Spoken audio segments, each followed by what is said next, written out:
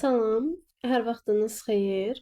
Bizim dilçilikdə dövlət qulluğu üçün sonuncu mövzumuz artıq mürəkkəb cümlə hesab olunur.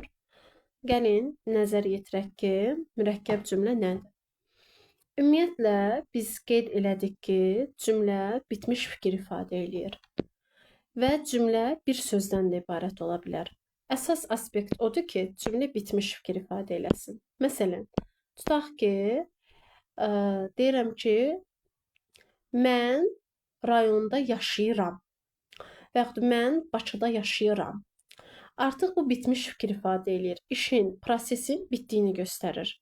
Yəni dedik ki, cümlə üçün əsas faktorlardan biri onun bitmiş fikir ifadə eləməyidir. Əgər bitmiş fikir ifadə eləyirsə, o bir sözdən belə ibarət ola bilər. Məsələn, sual verirəm ki, kiməsə, bugün dərs keçək, qayıdır deyir ki, gecdir.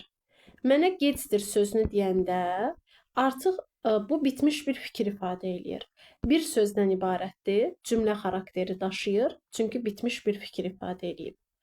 Bəs yaxşı, bu mürəkkəb cümlə nədir? Ümumiyyətlə, cümlələr bizdə quruluşuna görə, həmişə bu belədir. Sırf quruluşuna görə iki cür olur.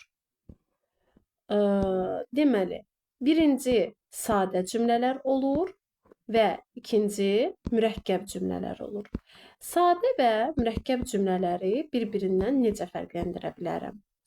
Ümumiyyətlə, bir detalı yadda saxlamaq lazımdır ki, biz cümlənin quruluşuna baxanda qrammatik əsasına da baxmalıyıq. Yəni, cümlənin quruluşunu təyin edə bilmək üçün onun qrammatik əsasına fikir vermək lazımdır. Yaxşı, qrammatik əsas nədir? Qrammatik əsas bizdə baş üzvlərdir. Yaxşı, baş üzvlər nədir? Artıq bu haqda bizim məlumatımız var. Biz bilirik ki, baş üzvlər bizdə bir mübtədanı təşkil edir, bir də xəbəri təşkil edir. Əgər ki, cümlə sadədirsə, onun bir mübtədası və bir xəbəri olur. Məsələn, deyirəm ki, mən dərsə gəldim. Baxın, gəldim, nə etdim? Gəldim. Kim? Mən. Mən və gəldim sözləri bu cümlənin mübtədası və xəbəridir. Aydın şəkildə görsənir ki, burada bir dənə mübtəda var, bir dənə xəbər var. Bir mübtəda, bir xəbərdən ibarət olduğu üçün bu cümlə avtomatik bizdə sadə cümlə oldu. Mürəkkəb cümlə olsaydı bu şəkildə olardı. Mən dərsə gəldim, virgül atıram buradan. Deyirəm ki, bir dənə rəngini dəyişək, tam aydın görünsün. Mən dərsə gəldim, o isə getdi. O isə getdi. O isə getdi. Getdi, nə etdi? Getdi. Kim? O. Fikir verirsiniz, mən dərsə gəldim, o isə getdi. O isə getdini yazmadan əvvəl təkcə mən dərsə gəldim cümləsi quruluşca sadə idi. Çünki bir mübtəda və bir xəbərdən ibarət idi.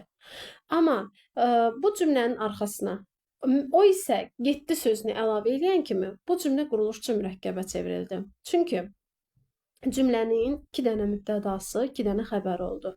Deməli, ümumiləşdiririk. İki dənə mübtəda, iki dənə xəbər olanda bu cümlə bizim üçün quruluşuna görə mürəkkəb cümlə olur. Bəzən belə bir nüans baş verir. Baxın, bir mübtədaya iki dənə xəbər aid olur və yaxud bir xəbərə iki dənə mübtəda aid olur. Götürürlər bunu mürəkkəb cümlə hesab eləyirlər. Nə demək istəyirəm? Nümunə əsasında qeyd edilir. Məsələn, deyir ki, o yazır, oxuyur.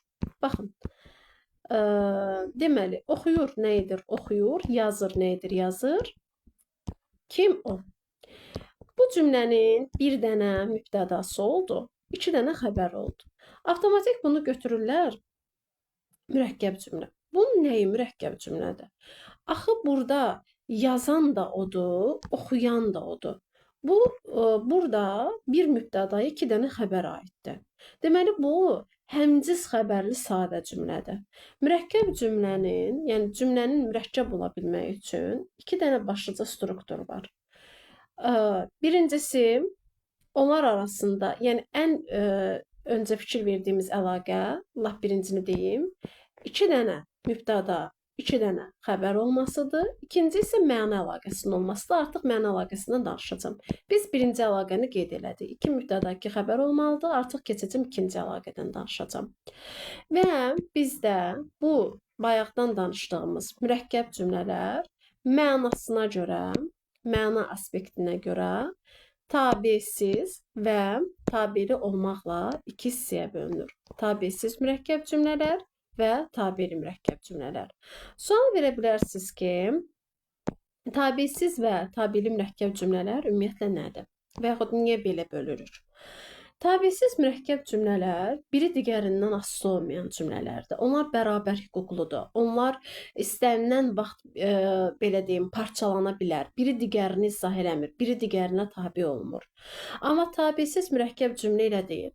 Tabesiz mürəkkəb cümlə biri digərindən asılıdır, biri digərini izah edir. Biri olmasa digər də mövcud olmaz. Fərq budur. Məsələn, indi nümunə əsasında bunu şərt xarakterində göstərək. Baxın, deyirəm belə bir cümlə belə bir cümlə deyirəm. Deyirəm ki, yağış yağır. Yağış yağır. Və virgül cəmaət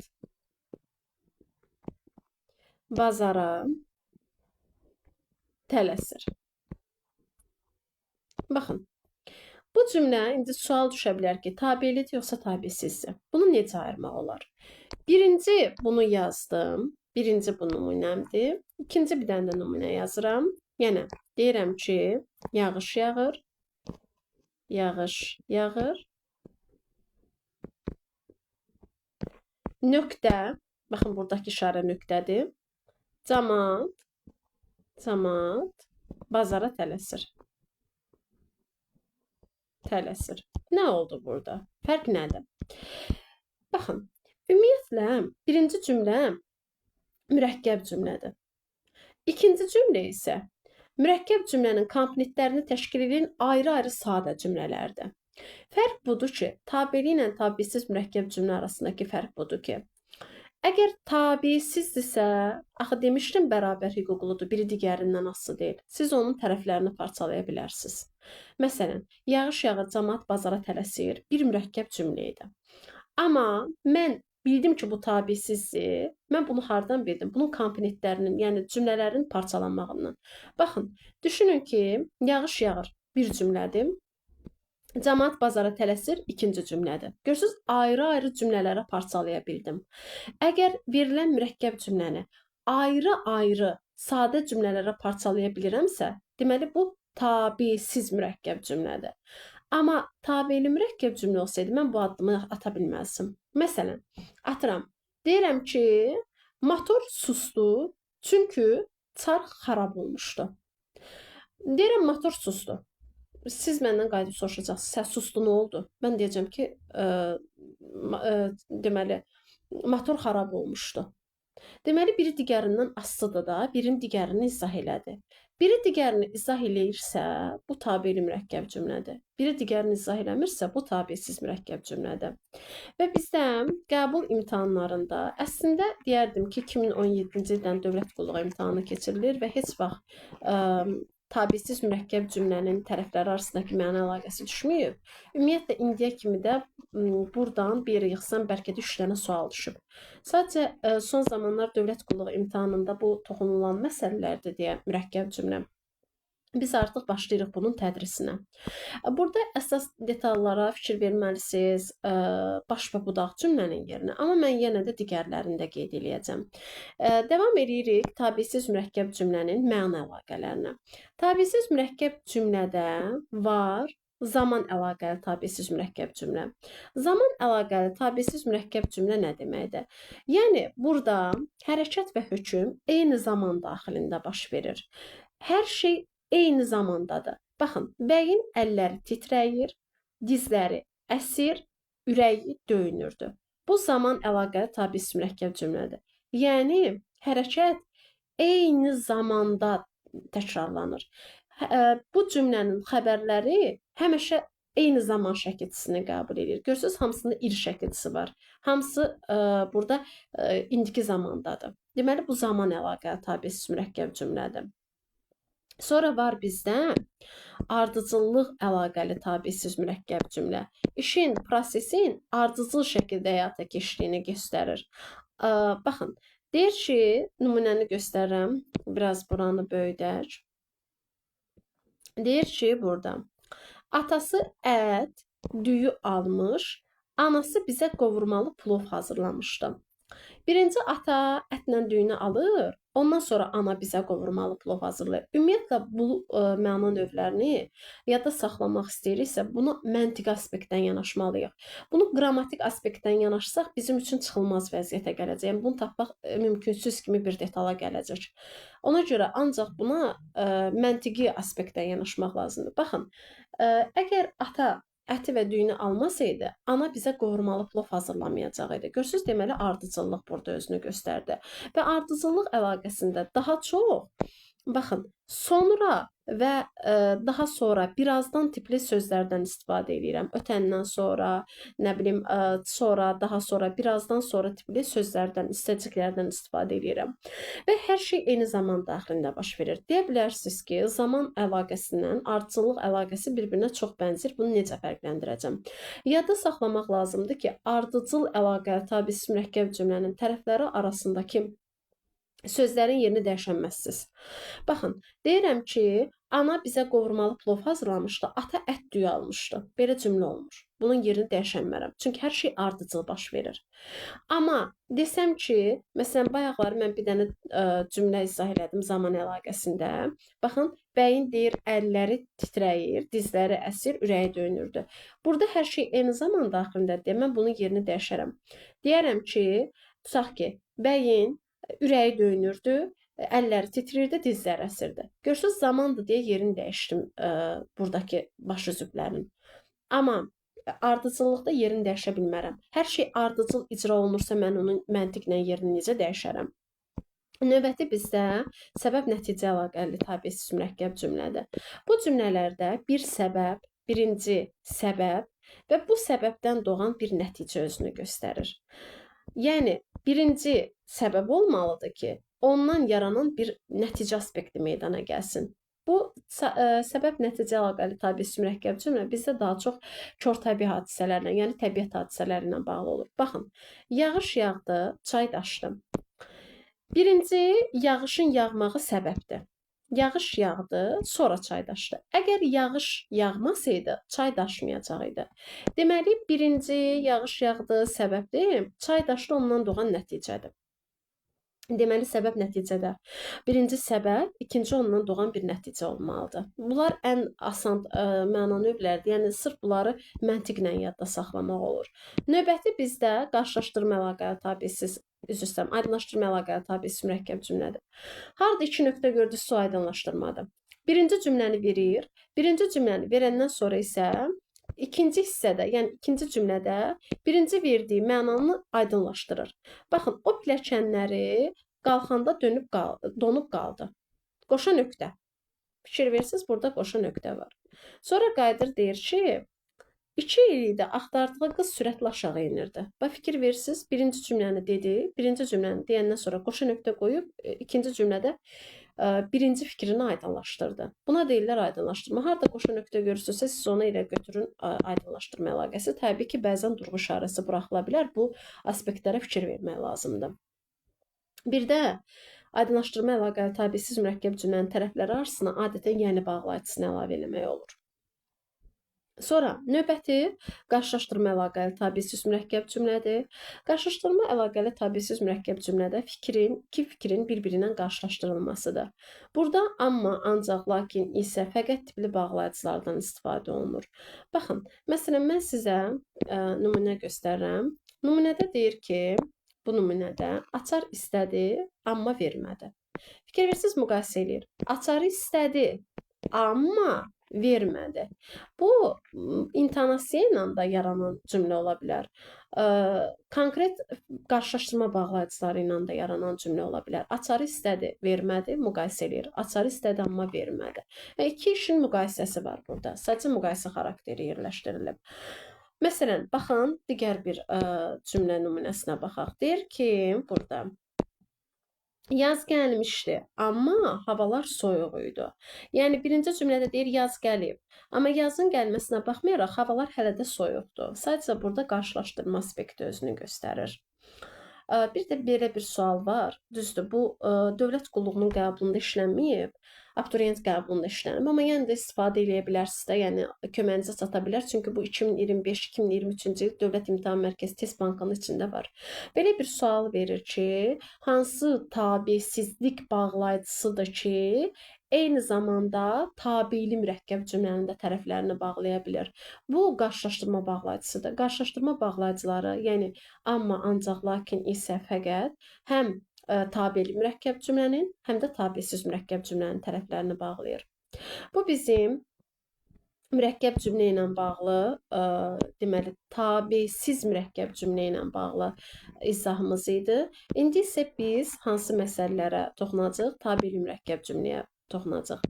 Tabeli mürəkkəb cümlə nədir? Tabeli mürəkkəb cümlədə ekstra deyəcəyimiz bir şey yoxdur.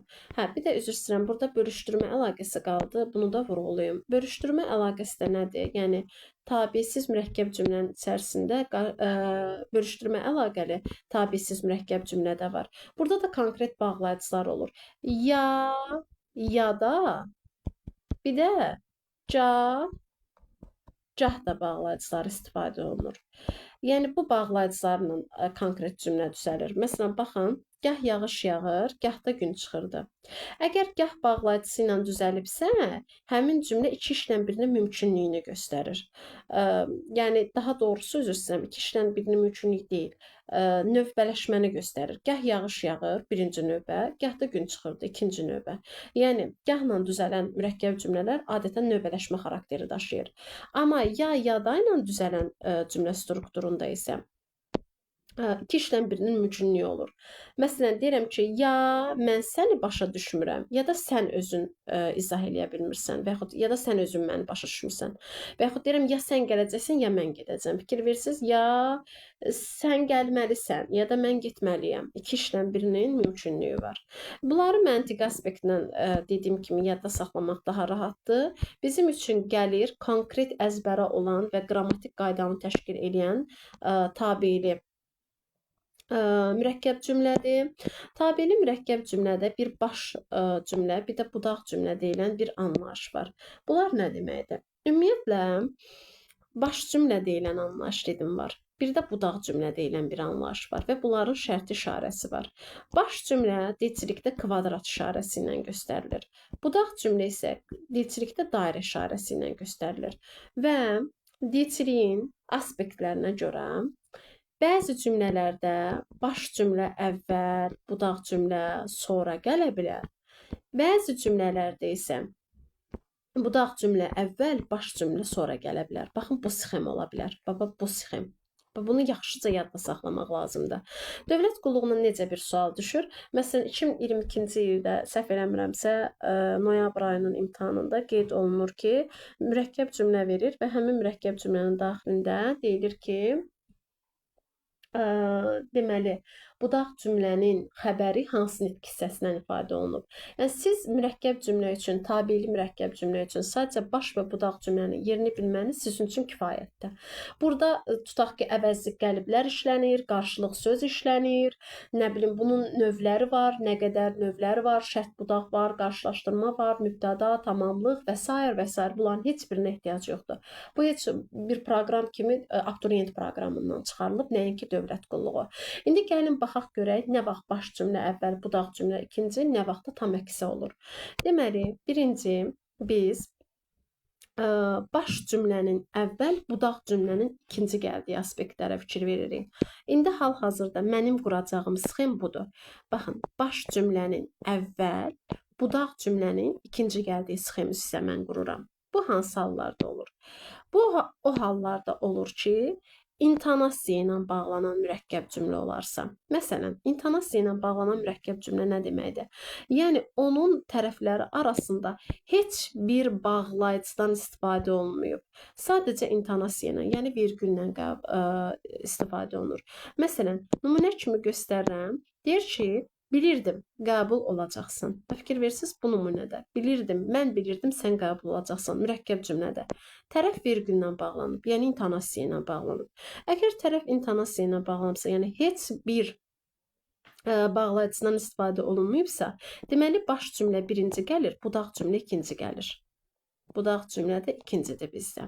Bu birinci hal. İkinci hal hansıdır? Tabellik bağlayıcıları ilə bağlananda. Nədir bunlar? Aydınlaşdırma bağlayıcıları olanda, yəni ki, belə ki olanda, sonra səbəb bağlayıcıları olanda, çünki ona görə, ondan ötürü, o səbəbə ki və s. Bu bağlayıcılar olarsa, birinci bizdə baş cümlə gəlir, budaq cümlə isə ikinci gəlir. Yəni sxem belə olur. Baxın, burada çəkdiyimiz kimi olur. Birinci baş cümlə gəlir, sonra budaq cümlə gəlir. Kiçildirəm biraz, göstərirəm yazılanlarda, sizə daha aydın olsun. Deməli, qeyd elədik ki, belə ki, bağlayıcısı ilə, çünki ona görə, ondan ötürü ki, bağlayıcıları ilə bağlanan cümlələrdə, yəni birinci baş cümlə, ikinci budaq cümlə gəlir.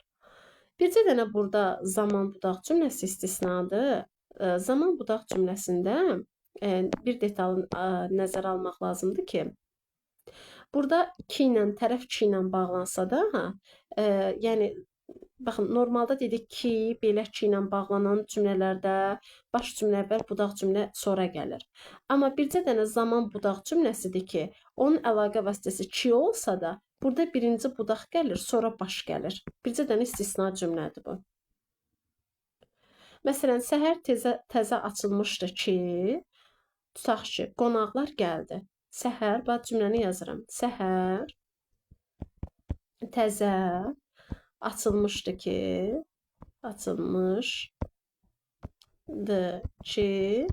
qonaqlar gəldi. Baxın, qonaqlar nə vaxt gəldi? Burada ki ayrıdır, sadəcə yeri yoxdur deyə mən belə yazdım. Bu ki ayrıdır burada. Qonaqlar nə vaxt gəldi? Səhər təzə açılanda. Bu zaman əlaqəli mürəkkəb cümlədir. Zaman məzmununu ifadə elədiyi üçün tərəf ki ilə bağlanmasına baxmayaraq fərq yoxdur.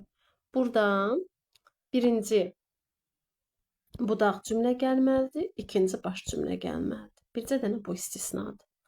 Sonra keçək digər hala. İndi biz bayaqdan danışırdıq baş cümlənin əvvəl, budaq cümlənin ikinci gəldiyi hallardan. İndi gəlin bu aspektin tamam əksini danışaq. Yəni budaq cümlənin birinci, baş cümlənin ikinci gəldiyi aspektlərə fikir verək. Bunlar hansılardır? Deməli, yenə böyüdürür. Əgər ki, bağlayıcı söz, sual əvəzlikləri, yəni dilçilik bağlayıcı söz deyəndə sual əvəzliklərini nəzərdə tutur. Yəni bütün nitq hissələrinin sualları kim, nə, hara, necə, nə cür, hansı, neçə, nə qədər, neçənci və s.